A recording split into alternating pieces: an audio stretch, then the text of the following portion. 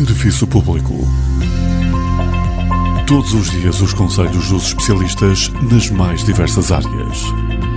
Biologia, nutrição, direito, medicina familiar, formação profissional, saúde estética, psicologia, contabilidade, coaching pessoal e profissional.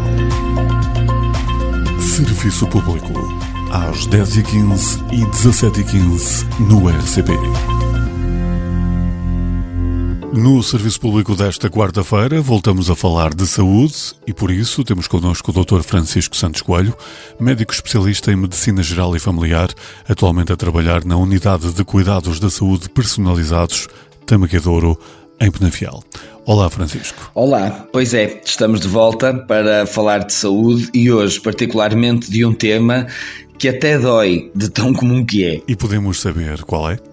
Claro que sim. Ora, ontem, dia 5 de setembro, assinalou-se o Dia Internacional das Lesões da Coluna Vertebral, o que me sugeriu trazer até ao serviço público o tema da dor lombar. Tendo em conta a prevalência conhecida dessa queixa, só não dizemos que este tema é uma dor de cabeça porque, na verdade, é uma valente dor de costas. É mesmo, Francisco. A dor lombar, também conhecida como lombalgia ou lumbago, é a dor que acontece na parte inferior das costas e é uma das queixas ou das doenças mais frequentes que nós vemos no nosso dia-a-dia em consulta.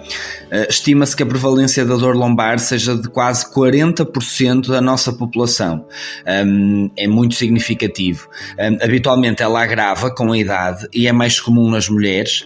É uma dor que pode aparecer subitamente, de forma mais ou menos intensa, ou então gradualmente, com um agravamento progressivo ao longo dos dias. Pessoas obesas sofrem mais com esta queixa habitualmente e também na gravidez a lombalgia costuma aparecer. E quais são as causas mais frequentes do lumbago? Olha, as causas podem ser muitas mesmo, desde má posição no trabalho, e esta é uma das mais frequentes, não é? As más posturas, sobretudo em indivíduos mais jovens, pode ser também causada por esforços repetidos sobre a coluna, pelo facto de se estar muitas horas de pé, por levantar pesos de forma errada, também é um clássico. Existem, para além destas, muitas outras causas possíveis. E qual é a relação entre o lumbago e a famosa dor ciática, Francisco?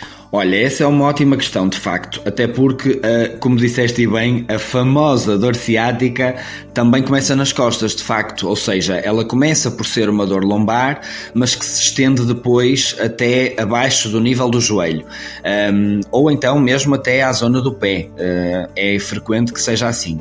Habitualmente, quando há esta ciatalgia, que é o outro nome que nós damos à dor ciática, a perna pode ficar dormente, com sensação de formigueiro, ou de picada ou de queimadura interna, é assim que muitas vezes as pessoas descrevem, e esta dor ciática pode realmente ser uma dor muito incapacitante.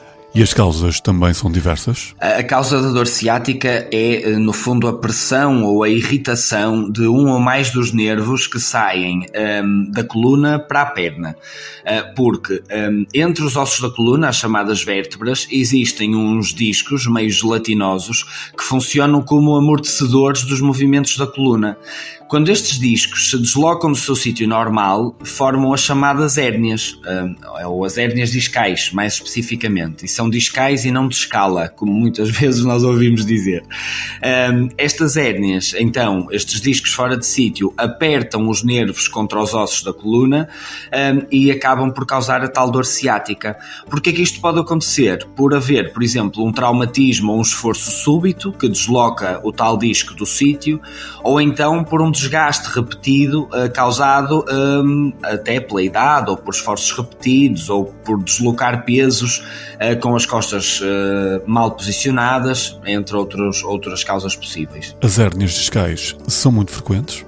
A maioria das pessoas tem hérnias discais a partir dos 40 anos, mas que não provocam qualquer queixa ou dor, porque não chegam a contactar com os nervos e por isso não precisam de qualquer tratamento. Ou seja, vistas bem as coisas, na verdade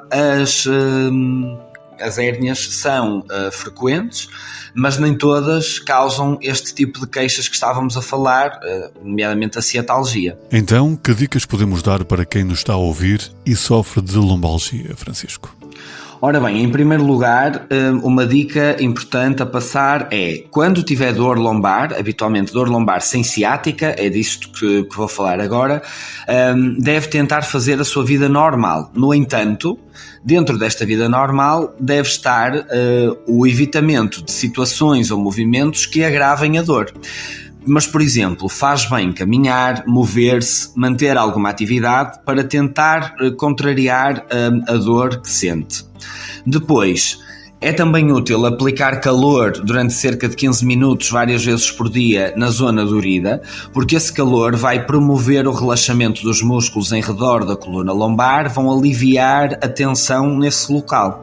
Se puder acompanhar depois esse calor local com uma massagem suave, o alívio da dor, obviamente, tenderá a ser ainda mais eficaz. Depois, outra dica importante e que tem a ver com a parte do sono é que, para conseguir dormir melhor, pode também usar uma almofada debaixo ou entre os joelhos e uma outra debaixo da zona do pescoço, porque isso vai aliviar a pressão sobre a coluna lombar e vai dar mais conforto. Obviamente, se precisar, claro, o paracetamol no adulto habitualmente utilizamos na dose de 1000 mg, é um medicamento útil para o controle da dor. No entanto, na dúvida, deve consultar o seu médico assistente porque, por exemplo, os relaxantes musculares ou os anti-inflamatórios também podem ter lugar no tratamento do seu lumbago, dependendo das características concretas que ele apresentar. E há coisas que devem ser evitadas? Sim, sem dúvida há coisas que devem ser evitadas. Uma delas, e muitas vezes as pessoas também não têm esta ideia, é o repouso total na cama. O repouso total na cama deve ser evitado, porque estar imobilizado durante muito tempo pode agravar a dor lombar porque vai tornar os músculos mais hipotónicos, digamos assim, ou seja, vamos trabalhar menos os músculos e, portanto, eles depois vão estar ainda menos aptos para desempenharem o seu normal papel.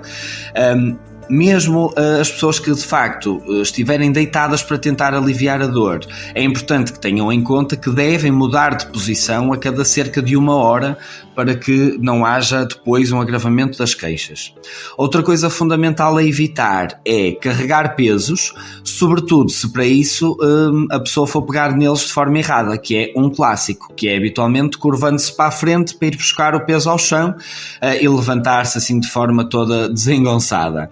Aquilo que deve fazer para levantar pesos do chão é não se inclinar. Portanto, o correto é fazer um agachamento, segurar o peso em causa e levantar-se de maneira a manter as costas o mais direitas possível. Essa é a forma correta para levantar pesos e para evitar agravamentos da dor lombar. Muito bem, penso que já deixamos aqui algumas indicações importantes. Uma outra questão, Francisco, que pode ser pertinente, sobretudo tendo em conta o que disseste há pouco de consultar um médico, inclusive caso haja necessidade de ajuste de medicação, que sinais de alarme devem motivar uma pessoa com lombalgia a procurar consulta com médico de família? Então, as pessoas devem fazê-lo se a dor lombar for de tal ordem que as acorda meio da noite, não estamos à espera que isso aconteça, pode ser um sinal de gravidade. Devem também procurar ajuda médica se a dor não aliviar de todo com algum repouso, mas aqui reforço, não estamos a falar de imobilização completa, estamos a falar só de algum alívio da carga. Devem também procurar ajuda médica se a dor lombar durar mais de 2 semanas sem qualquer tipo de alívio, não é normal também. Também devem procurar ajuda se a lombalgia for acompanhada então da dor ciática, lá está, com a tal sensação de formigueiro, de picada, de dormência da perna. Ou então, se for uma dor acompanhada, por exemplo, por febre ou por outros sinais infecciosos que aumentem o nível de alerta. Muito bem, ficam essas informações. Existe mais alguma dica final que queiras deixar? Sim, Francisco, há uma última dica que eu gostava de facto deixar. Para quem tiver dor lombar e tiver essa possibilidade, eu aconselho a que procurem a avaliação da queixa por um fisioterapeuta certificado, porque habitualmente este tipo de profissional de saúde, os fisioterapeutas, são mesmo uma das ajudas principais para o controle destas queixas. Atualmente, uma modalidade de fisioterapia que tem sido bastante recomendada e que tem apresentado muito bons resultados é o Pilates clínico. E ajuda inclusive em pessoas que têm queixas de lombalgia ou de outras zonas do corpo causadas pelas incorreções posturais que nós vamos mantendo todos no nosso dia-a-dia. Portanto, esta dica eu queria deixar. Uma excelente dica para término de programa. Obrigado, Francisco. Voltamos a encontrar-nos dentro de 15 dias. Claro que sim, daqui a 2 semanas cá estaremos de volta para mais esclarecimentos sobre a nossa saúde. Até lá e deixem-me manifestar a minha alegria com isto. É a minha vez de gozar umas férias, que espero que sejam sem dor lombar e sem outra dor qualquer, que é para eu poder realmente aproveitar. A quem está desse lado, até breve então, falamos daqui a 15 dias e espero que se mantenham todos, claro, como sempre, de boa saúde. Muito obrigado, Dr. Francisco Santos Coelho, médico especialista em Medicina Geral e Familiar, atualmente a trabalhar na UCSP Tâmega e Douro, em Penafiel.